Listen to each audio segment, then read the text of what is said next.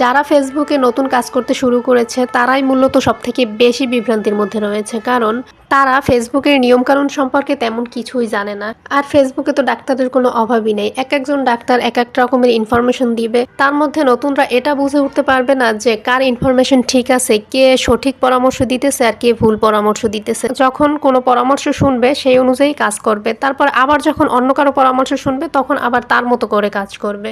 তো এভাবে এক একজনের এক এক রকমের পরামর্শ শোনার পরে সে নিজেই ধৈর্যহারা হয়ে যাবে এবং ফেসবুকে কাজ করা বন্ধ করে দিতে চাইবে। তো আমিও যখন নতুন অবস্থাতে ছিলাম তখন ফেসবুক সম্পর্কে তেমন কিছুই জানতাম না। তো কাজ করতে করতে এখন অনেক অভিজ্ঞতা হয়েছে, ফেসবুক সম্পর্কে মোটামুটি অনেক কিছুই জানি। তো নতুনরাও যদি কাজ করা বন্ধ করে না দেয় ধৈর্যহারা হয়ে, তারা যদি কাজ চালিয়ে যায়, তাহলে একটা সময় কাজ করতে গিয়ে তারাও অনেক কিছুই বুঝবে, অনেক কিছু জানবে। তখন আর এই সমস্ত ভুয়া ডাক্তারদের পরামর্শও নিতে হবে না। তাদের পরামর্শ শুনলে আরো মনে মনে হাসি পাবে যে নতুন অবস্থায় কিছু বুঝি না, তখন যা বুঝাইছে তাই বুঝছি, আর এখন তো সবই বুঝি মোটামুটি।